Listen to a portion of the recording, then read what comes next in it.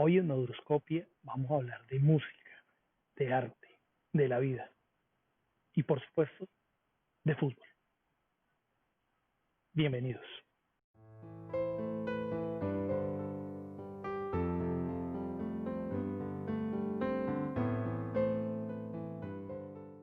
Hoy es un invitado con el que hablaremos, como decía al principio, de música, de arte, de la vida.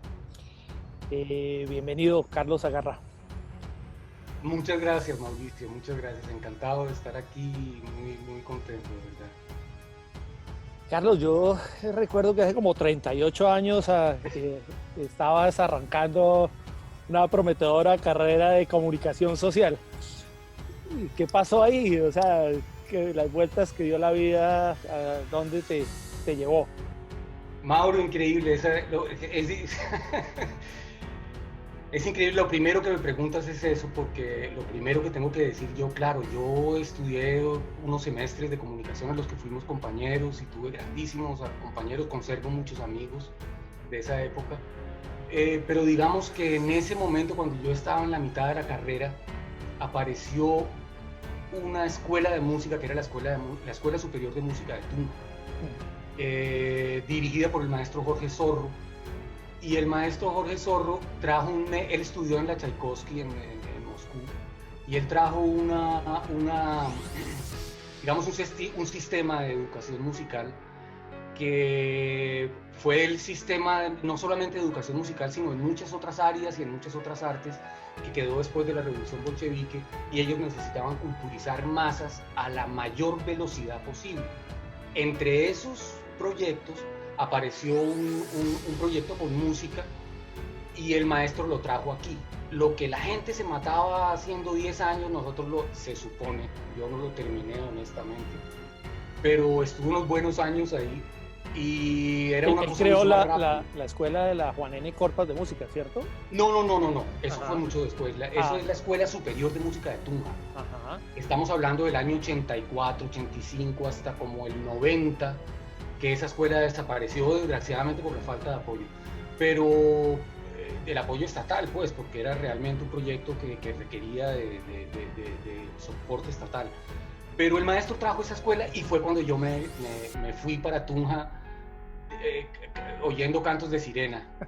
Pero ¿cómo llegaste a la música? ¿Tenías en tu casa o Sí. músico? ¿Cómo era? Porque yo me acuerdo que No, tú yo tengo cantabas y le jalabas a la guitarra y al fútbol, pero bueno, del fútbol hablamos ahorita. Mauro, qué chévere, qué chévere. ¿Cómo llegaste a la música, digamos? No, yo vengo de yo he sido bendecido, como dicen los gringos al traducir, yo he sido bendecido con una maldición Ajá. por muchas generaciones. El primer Sagarra que nosotros conocemos fue músico de una banda real que llegó a Santa Marta. Ajá. Y eso es una cosa, a mí siempre el asunto espiritual y el asunto genético me ha parecido un misterio grande, que es otra cosa. Pero nosotros tenemos una larga tradición de músicos en la familia, mi papá, mi abuelo, mi bisabuelo, y hemos venido con eso. Pero perdóname, si me permites, es curioso, porque cuando uno atardece, y es de lo que se trata, uno va descubriendo realmente más lo que era, más de dónde venía, o lo que quería hacer. Y yo realmente, la música es una delicia, y no voy a renegar una milésima de lo que he obtenido y de lo que he tenido con la música, pero yo soy un periodista de corazón. Ajá. Definitivamente. Soy más un escritor, soy más una persona, no sé, vivo más en ese mundo mentalmente a veces que en el de la misma música. ¿Tú tienes ancestros caribes o no? Sí, mi familia toda bueno, es una mezcla rara, porque sí, por un lado es el Caribe puro de mi padre, y por otro lado el de mi madre. Ellos venían de Ocaña, Santander, huyendo de la violencia, y se establecieron en Barranquilla. Pero mi madre era más costeña que un bollo yuca, Sí. no sé, cosas de ese tipo. Y entonces, ¿cómo fue esa inserción de ese costeño de alguna manera en Tunja? Bueno, en Tunja, y no solamente en Tunja, sino antes, porque yo siempre dije que no tuve patria chica. Era curioso. En Bogotá era no, el corroncho, que es además un término que se utilizó mal a partir incluso de un tipo de sábados felices. Eso es una historia bastante particular. Porque corroncho en la costa es otra cosa. Corroncho es una persona sin educación y tal. Y en el interior se generalizó como, no, corroncho es costeño. Sí. Y entonces yo en Bogotá bogotano cachaco, más o menos. Corroncho. Ajá. Pero cuando iba a Barranquilla y cuando estaba con mis primos y con mi familia y todo, era el cachaco. Claro. Entonces nunca tuve patria chica. Digamos que la música, para centrarnos primero ahí, después hablamos de otro tema, la música requiere mucha disciplina, digamos. Y si mi memoria no me falla, tú eras un poco díscolo, disciplinado. Todavía, Mauro, ¿sí? Todavía. ¿Te dio duro el aprendizaje de la música? Más me imagino que aprendiendo ese sistema del que me decías, que si traía una tradición de la Unión Soviética no debía ser muy liberal. No, la escuela es una experiencia maravillosa. De hecho, hay un libro. Lo que pasa es que el libro es una historia muy personal, pero un escritor muy importante que fue compañero mío, que se llama Pablo Montoya, seguramente lo has oído, fue compañero mío de la escuela de música. Sí. Y él escribió un libro que se llama La Escuela de Música, que está basado precisamente en esa experiencia que la pasamos al mismo tiempo. Unos con más, digamos, muchos de los muchachos que llegaban tenían educación musical previa, yo no. Yo salí de la Universidad Javeriana de tocar en las fiestas y de otras cosas a sentarme en una situación donde me decían, hermano, esto es lo que es y es una beca. Sí. Y hay 1000 personas esperando su beca. Sí. Entonces fueron 2 años que yo logré superar. En el tercer año ya realmente la cosa se puso complicada en términos de lo que yo quería inocentemente, porque ahora entiendo que fue un error, atardeciendo. Y debía haberlo terminado, ¿cierto? Pero digamos que se me abrieron oportunidades en Bogotá, comencé a tocar, a trabajar, a ese tipo de cosas y se le va a uno la vida en... Pero tú ahí te dedicaste a la música, digamos. Sí, totalmente. Yo fui músico totalmente de profesión hasta los 40 años. Hasta los 40 años, cuando me vine para acá, y en los Estados Unidos yo he vivido pues ya muchos años y eso, he tenido 11 profesiones, aparte de la música y de la edición. Digamos que, pero tú no eras un músico cualquiera, básicamente eras un músico de jazz, ¿o no? Sí, pues esa precisamente fue una de las la escuela que nosotros, en la que yo estudié, era muy clásica, y llegaba un momento en que hombre, pensar de una manera diferente era difícil. Entonces se comenzaron a abrir, como te digo, otras puertas y se tomaron decisiones en su momento. Pero una experiencia muy linda. La Escuela Superior de Música es una poesía. Llegaban estudiantes, cuando yo llegué éramos 22 estudiantes, y comenzaron a llegar estudiantes de todas partes de Colombia, pero de los lugares más increíbles, talentos enormes en el piano, en los chelos. La escuela funcionaba 24 horas. Uno podía llegar a las 2 de la mañana a pedir un piano porque todos se presentaban el piano. Y hombre, no sé, una historia muy, muy bonita, muy mágica, de estudio como en Tunja, además imagínate en los años 83, 84, 85 que estuve yo allá. ¿Tú también te especializaste en saxo o no? No, yo estudié el contrabajo inicialmente y después, pues por situación práctica tomé el bajo eléctrico y fue lo que toqué siempre. Sí. Ya aquí en los Estados Unidos me parece increíble. Yo toda la vida toqué guitarra porque mi papá me enseñó a tocar guitarra y tuve un maestro al ojo que era Gabriel Rondón. Sí. Y aprendí muchas cosas de la guitarra y con eso es que trabajo en este momento. Sí. Incluso todavía en un momento incluso difícil estoy aún trabajando para una cadena de restaurantes. Digamos que cuando entendiste, digamos, que la música no era, tú me dijiste, no, yo soy un periodista de alguna manera, pero me dediqué mucho tiempo a la música. ¿Cuándo te diste cuenta que la música no era, digamos? A A ver... No era como profesión, porque entiendo que es parte de lo que... Sí, sí, es parte de la vida de uno, pero la pregunta es muy chévere, Mauro, porque es curioso. Yo creo que hace muy poco, ¿sabes? Hace un par de años, y yo creo, puede parecer extraño, pero la cosa de la pandemia Ajá. ha sido fundamental en ese tipo de situaciones. Si en este momento me dijeran, se acabó la pandemia, yo vendo el carro, algunas cosas y tal, y me voy a leer el boom latinoamericano a alguna parte en un pueblito sin pensar en nada durante un año. Sí, sí, sí. Que es lo que quisiera, o sea, te digo una locura, pero como ese tipo de cosas que haría, ¿no? A leerme ese boom latinoamericano que nosotros pasamos, en muchos casos, Mauro, por encima. Sí. Digamos que de alguna manera, sea por las letras, o sea, por la música, el arte ha estado presente, digamos, a lo largo de tu vida. ¿Qué ha significado el arte en tu vida?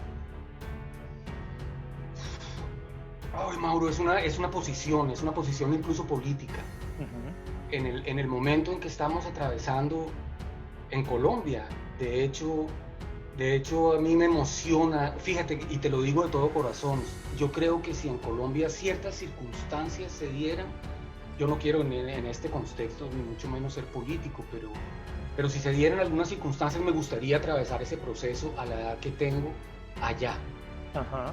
Porque me parece que si logramos superar un pequeño escollito, que no es pequeño, perdóname, un problema que estamos atravesando en este momento, si logramos superar eso, yo creo que se va a abrir un espectro de pensamiento, que le va a devolver mucho la ilusión a la gente.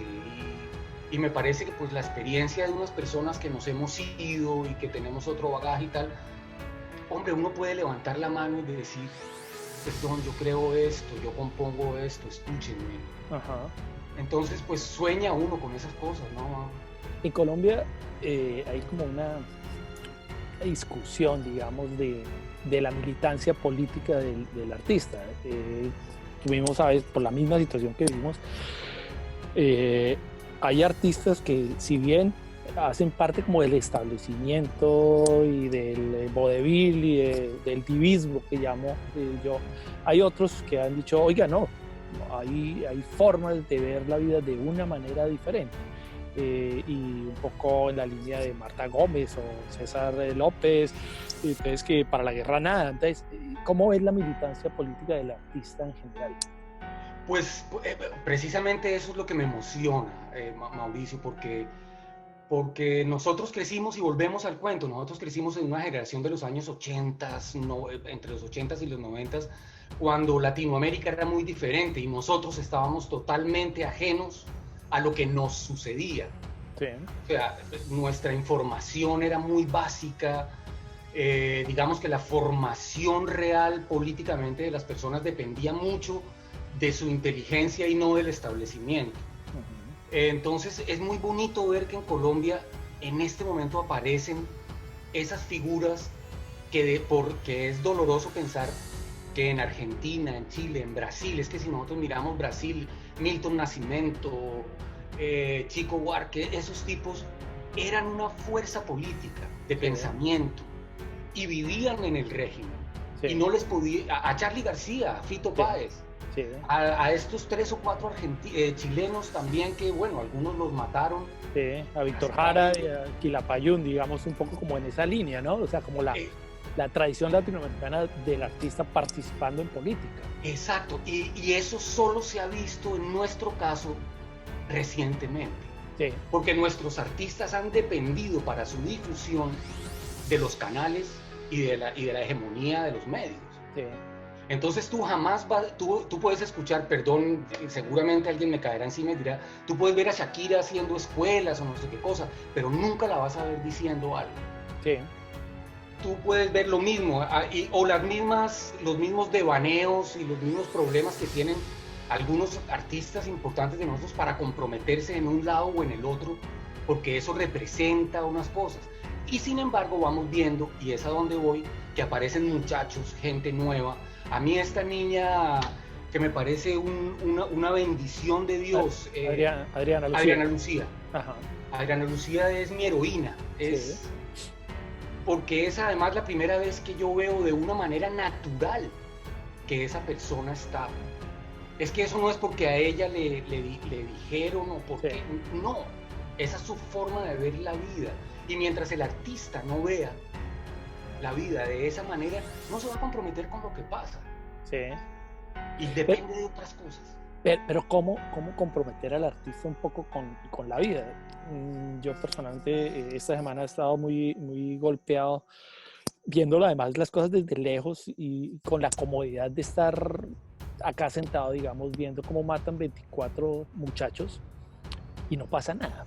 Y no pasa nada. Es un país indolente que a la larga se merece un poco, digo yo, todas las cosas que le pasan. O sea, sí. Un país que ve cómo se desangra su juventud y no hace nada, aparte de un tuit o de que finalmente ahí no resolvemos nada. Exacto, sí. Y Mauro, en eso estamos de acuerdo. A mí lo que más me preocupa es incluso cuando leo, porque yo tengo la particularidad de utilizar las redes básicamente y oírlo de un lado y lo del otro. Ajá. Y el otro lado, porque yo no estoy con el sistema, yo lo declaro claramente y no tengo empacho en decir eso, pero el otro lado es poderosísimo. Sí. Y el discurso que tienen es aterrador. Lo estamos viviendo aquí en Estados Unidos. Yo vivo en un estado, Georgia es, hermano, es el reducto más poderoso que hay de lo que está sucediendo.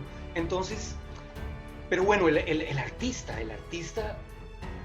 yo creo que en la medida en que la realidad vaya tocando al artista, el artista se va a ir comprometiendo. Y ya nosotros, mira, ahí es donde yo adoro la profesión del periodista, porque el periodista tiene en sus manos la capacidad. En este momento en Colombia, la única fuerza poderosa es un periodista. Y está demostrado. Con Daniel Coronel, con todos estos tipos de las redes, algunos activistas, algunos periodistas de origen, pero esas personas realmente son las que están haciendo el cambio. De otra manera estaríamos ciegos. Sin embargo, yo ahí también veo una cosa y la pongo como en la discusión, digamos. Pareciera también que la única militancia aceptable fuera entre comillas, la de izquierda, digamos, pero igual de válido y de militante activo puede ser un artista o un periodista o digamos de derecha, que yo creo que en Colombia ser de derecha o ser de izquierda no significa nada, digamos, porque yo creo yo tengo, bueno, como tú dices, en el bien, for the sake of the argument, como dice el gringo, para alimentar la discusión, digamos que yo sí creo, yo no estoy muy seguro o sea, dudo mucho del discurso adormecedor, sí. en el que se pretende justificar el silencio. Por ejemplo, cuando en nuestro discurso diario comienzan a aparecer odio, resentidos, ese tipo de cosas, me parece que es un discurso silenciador, sí.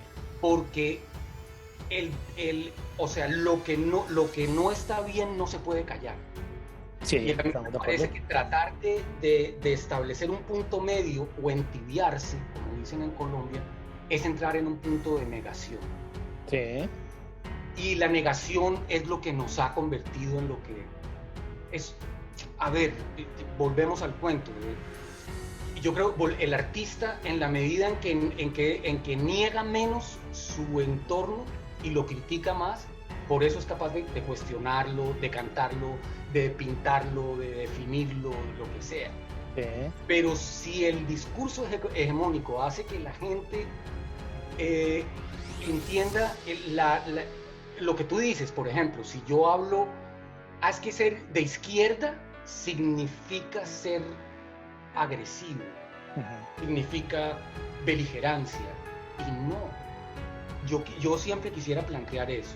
Sí. Me parece que en este momento no es ni derecha ni izquierda, estoy totalmente de acuerdo contigo, pero hay un asunto ético que es indiscutible y por el que no podemos pasar ni los por encima, ni los de izquierda ni los de derecha. La desgracia es que la derecha de nuestro país, una derecha rancia, oscura, ellos están empeñados en pasar por encima de esa autocrítica que debe generar un cambio. Entonces, sí, claro, la otra persona que le critica le parece un enemigo brutal, peligroso. Perdón, Mauro. ¿Cómo se ve Colombia desde Georgia?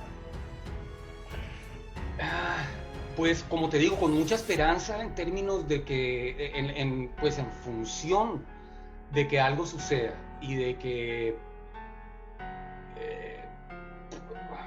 sí, de que tengamos la oportunidad de que haya un cambiecito. Y es que no es político, volvemos al cuento. Yo quiero generar y pensar en que se produzca un cambio más bien emocional en la gente. Mira lo que tú dices, 22, 24 muertos en 8 días y nosotros todavía estamos discutiendo si, no sé, algunas tonterías. Sí. Entonces, hombre, la esperanza mía es esa, que algo real, porque la coyuntura es poderosa, lo que estamos pasando es poderoso. Sí. Cuando estaba preparando un poco la charla contigo, y hace como una semana compartiste conmigo un cuento bellísimo que para mí fue toda una revelación. El cuento, para los que no están viendo, se llama El Escaparate. Cuéntanos un poco del cuento, los que no lo han podido leer. Hombre, Mauro, mire, primero que todo quiero agradecerte la emoción con que lo recibes, porque de verdad lo aprecio, no sabes, infinitamente. Yo escribo por el placer de escribir. Sí. No tengo pretensiones literarias, y sin embargo he recibido algunas veces aplausos de personas como tú o de algunas otras que uno dice, ve qué bonito esto, y yo lo recibo con la mayor humildad, te lo juro. Muchas gracias por ponerlo en la página. No, el cuento es una historia como... Es increíble. Yo la escribí, comencé a escribirla en un sitio específico. Hoy pensaba en eso. Me acordaba de dónde comencé yo con esta historia. Estaba en la bahía de Cispata, en la casa de una amiga, por allá en San Antero, en una hamaca. Eso fue como en el 2000 algo, 2001, y esa frase con que arranco la historia me vino a la cabeza. Oiga, realmente estaba pensando en mi tía Leticia, en mi familia, tirado en la hamaca, 4 rones y lo que quieras, y oiga, realmente el tipo que mi tía Leticia la mató, el sicario que mató a este viejo. O sea, fue tal el impacto para ella la muerte de claro, del procurador. Y después, cuando esa fue la historia familiar, mi abuela fue la que me contó, no, es que a ella la mató la impresión, que tú lo destacas de una manera especial, al recibir la noticia. Eran unos momentos muy duros en que había una matazón horrible. Claro, porque era toda la época del narcotráfico. Del narcotráfico horrible, y la viejita en ese momento no aguantó ese totazo. Le pareció demasiado, y se la llevó la violencia, como al de La Vorágine. Sí. Para los que no lo han leído, les recomiendo, en la página de Atardecientes está el cuento, pero para mí fue impactante en la medida que era recrear todo el tema Caribe. Y yo le decía a Carlos que yo me sentí transportado, más con el olor de la Johan María Farina, que para mí era, porque mi papá usaba también, digamos, la colonia, entonces digamos que me quedó, conecté inmediatamente algo que era muy bogotano, porque mi papá era bogotano, pero en el caso del cuento era transportarme a todo el tema Caribe. Claro, no, y a la fuerza que tienen las imágenes olfativas, las imágenes, las memorias. En estos días yo leía una frase muy linda de Rilke en alguna lectura por ahí, y decía, porque yo tengo un conflicto grande entre patria, país, en de dónde soy, en dónde estoy, qué voy a hacer. Y Rilke decía, Rilke fue un relegado toda la vida, apátrida, desterrado, entonces pues sus cuestionamientos iban más o menos siempre por ese lado. Pero tenía una frase muy linda que decía, la patria de un hombre es la infancia. Sí. Entonces, cuando yo leí eso, y en ese momento, fíjate la fuerza que tiene una frase, la fuerza que tiene un olor, un recuerdo. todo eso es un cuento, Sí. todo eso es una historia. Cuando eso me sucedió a mí, yo estaba en la casa de mis abuelos, oliendo el pescado en la casa. ¿Sí? La patria de uno no es un país, yo creo que son los recuerdos. Sí. Y realmente me identifico 100% con eso, y es lo que trato de rescatar en este momento, que me duele tanto Colombia y que me duele tanto ser colombiano, porque a veces es vergonzoso sentirse colombiano en términos sociales. Sí. Ya lo dijiste, es una pregunta concreta. ¿Tú has sido feliz? Sí, yo he tenido problemas grandes con mi personalidad, con mi vida, como cualquier ser humano, pero yo, si tú me preguntas a mí en este momento de mi vida, yo soy una persona feliz. Tengo dos cositas como cualquier persona que solucionar, Sí. pero soy feliz con lo que hago, soy feliz con lo que escribo, soy feliz con los pocos amigos que tengo, soy feliz con... soy agradecido Ajá. con la vida. No tengo mucho, pero soy feliz. Un poco para ir cerrando. Ahora sí hablemos del fútbol. El fútbol era inevitable hablar. Eras un gran jugador de fútbol. De ese gran jugador de fútbol que quedó. Pues sabes que quedó de ese gran jugador de fútbol. Muchas gracias, Mauro. Yo jugaba fútbol y fíjate, en este momento también cuando uno llega hasta, dicen, si yo hubiera tenido la disciplina, hombre. Y la tuve en algún momento, jugué en divisiones inferiores de Millonarios. O sea, pero no hubo quien me dijera, ojo, porque no voy a culparme solamente a mí mismo en ese caso. Sí. Sino, hombre, también faltó alguien que me dijera, hermano, hágalo en serio, de pronto. Sí. Pero también tengo un par de experiencias terribles que fue jugar en algún par de lugares donde vi unas lesiones y donde a uno lo amenazaban los muchachos, los otros. Sí. Cuando uno ya comenzaba a competir con esos muchachos que se jugaban la vida y el futuro de sus familias. Y si tú hacías algo de más, te iban a partir. Sí. Y yo fui un mamito en ese momento. Honestamente, yo no veía la vida en esos términos. Ahora me hubiera matado con quien fuera. Pero es una experiencia muy linda. Hombre, me hubiera gustado mucho jugar al fútbol, ¿cómo no? Carlos, gracias.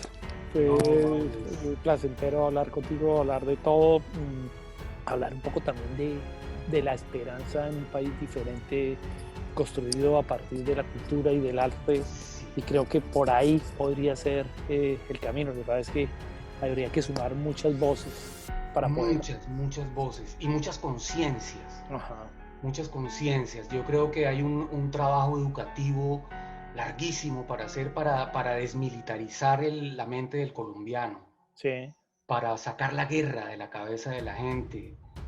A mí Churchill es un personaje que nunca me gustó gran cosa, y en la historia es cuando uno va mirando la historia. ¿Tú te acuerdas nosotros tuvimos un profesor excelente de historia que era el maestro Luis Pacheco? Sí, claro. Chileno. Sí. Excelente, un genio. Althusser, para arriba y para abajo. Para arriba y para abajo. Pero ese señor, a mí de todas sus cosas me recuerda mucho el cuento diacrónico y sincrónico de la historia. Uh-huh.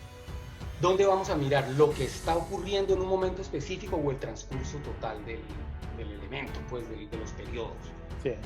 Entonces yo quiero mirar más en el sentido de que los momentos solamente forman parte de algo, lo importante es para dónde vamos. Y me parece que estamos dando pasos para llegar a alguna parte, para lograr algunos consensos. Si logramos sacar el fusil de la cabeza del colombiano, hombre, estamos en un buen camino, Carlos, un abrazo. No, un abrazo para ti, Mauro. Un placer, por favor. Chao. Chao, cuídate.